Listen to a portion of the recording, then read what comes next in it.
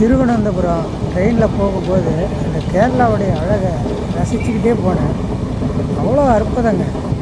அந்த எல்லாமே பச்சை பசேருன்னு.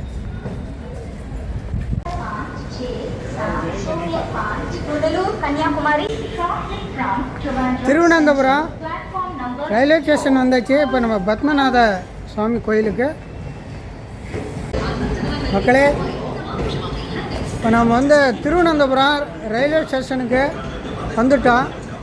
பத்மநாத சுவாமியை தரிசிக்கிறதுக்காக பத்மநாத சுவாமி கோயிலுக்கு இப்போ நம்ம போக போகிறோம்.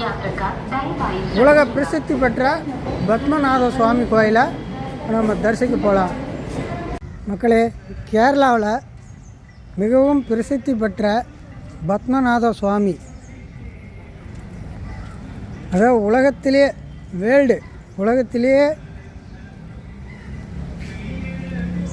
உலகத்தில் உள்ள கோயில்களிலே பணக்கார கோயில், திருப்பதியை விட மிஞ்சின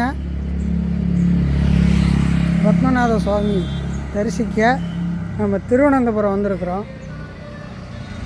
கேரளா வந்தாச்சு, கோயிலை நெருங்கிட்டோம்.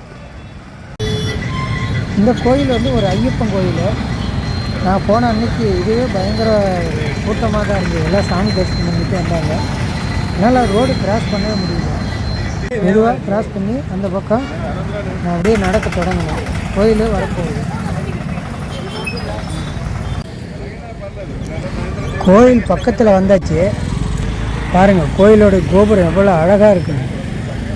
அந்த குளம் தெப்ப குளம், தண்ணி நிறையா இருக்குது. ஆனால் பெரிய குளம். கேரளாவே நல்லா கூலிங்கான கிளைமேட்டுங்க. நல்லா அழகாக இருக்குது பாருங்கள். அந்த குளம் எவ்வளோ அழகாக இருக்குது. இந்த ராஜகோபுரம் பார்க்குறதுக்கே பிரமிப்பு. அந்த குளத்துக்கு மேலே அந்த புறாக்கள்லாம் பாருங்கள், ரொம்ப அற்புதமாக இருக்குது.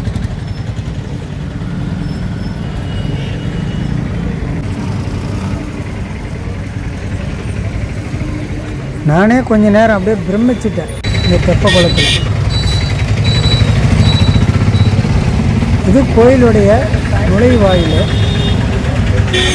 பாருங்க, கோபுரம் தெரியுதுங்களா? பாருங்க, எல்லாரும் இந்த கேரளாக்காரங்க எல்லாரும் தரிசனம் பண்ணிவிட்டு எல்லாம் அற்புதமாக வெளியே வராங்க. சூப்பராக இருக்குது. இந்த கண்கொள்ளா காட்சி.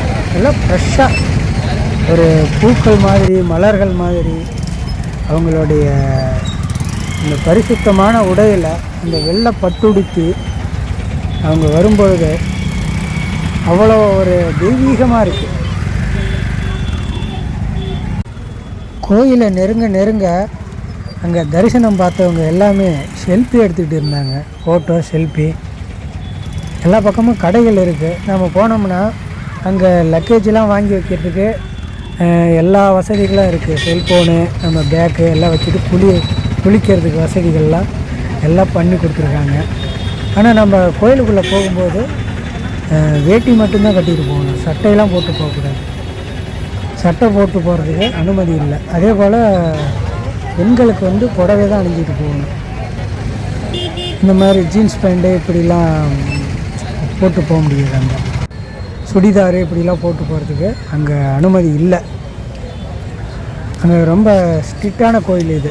பார்த்திங்கன்னா இது உங்களுக்கு தெரியும், இந்த உலகத்தையே உலுக்கி போட்ட கோயில் ஒரு காலத்தில். அந்த 5 அறைகளில் 6 அறைகள் இருந்தது. அதில் 5 அறைகளில் அவங்க திறக்கும் பொழுது வைரங்களும், வைடூரியங்களும், தங்கங்களும், ரத்தினங்களும், இதேபோல் பல வகையான புதையல்,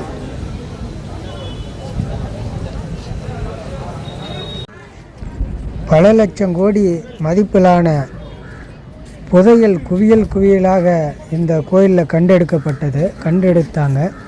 கண்டுபிடிச்சாங்க. பிறகு இந்த அறைகளெல்லாம் பாதுகாத்து, அந்த நகைகளெல்லாம், அந்த மன்னர் காலத்து நகைகளெல்லாம் பாதுகாத்துட்டு வராங்க. அந்த 6வது அறையை திறக்க முடியல. அது திறக்கக்கூடாதுன்னு சமஸ்தானமோ அல்லது ஏதோ நிர்வாகமோ அதை திறக்க முடியாத வச்சுருக்காங்க. அதுக்கு சில காரணங்கள்லாம் இன்னும் வெளிப்படவில்லை. அதில் பார்த்தீங்கன்னா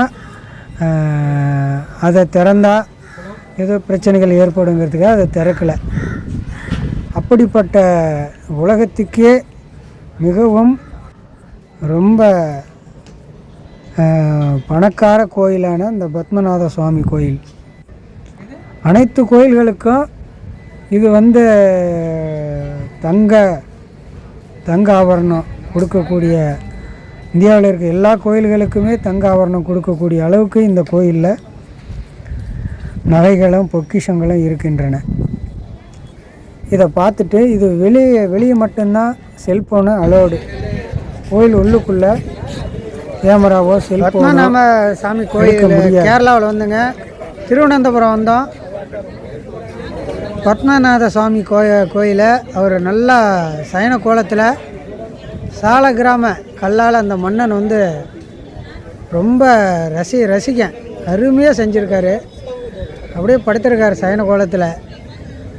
அனந்த பத்மநாத சுவாமி சூப்பராக இருக்கார். நல்லா உள்ளுக்குள்ளே நல்ல தரிசனம். இந்த கோயில் ஒரு காலத்தில் ஒரு சில வருஷத்துக்கு முன்னாடி உலகத்தையே திரும்பி பார்த்த வச்ச கோயில் இது. இதில் இங்கே பல லட்சம் கோடி அளவுக்கு வைரங்களும் வைடூரியங்களும் தங்கங்களும் நவரத்தனங்களும் இங்கே இருக்குது. அதனால் அந்த கோயிலுக்கு தரிசனம் பார்த்தாச்சு.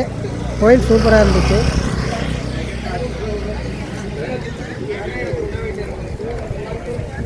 சந்தோஷம்.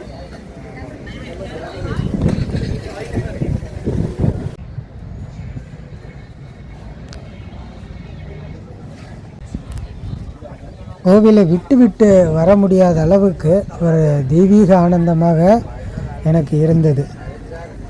இருந்தாலும் இனி நான் அடுத்தது ஆட்டுக்கால் பகவதி அம்மன் கோயிலுக்கு செல்வதற்கு இருப்பதால் நேரம் போகவில்லை என்பதால் நான் புறப்பட்டு விட்டேன். மக்களே, இந்த பத்மநாத சுவாமி வீடியோ உங்களுக்கு பிடிச்சிருந்தா லைக் பண்ணுங்கள், ஷேர் பண்ணுங்கள், சப்ஸ்கிரைப் பண்ணுங்கள். நன்றி, வணக்கம்.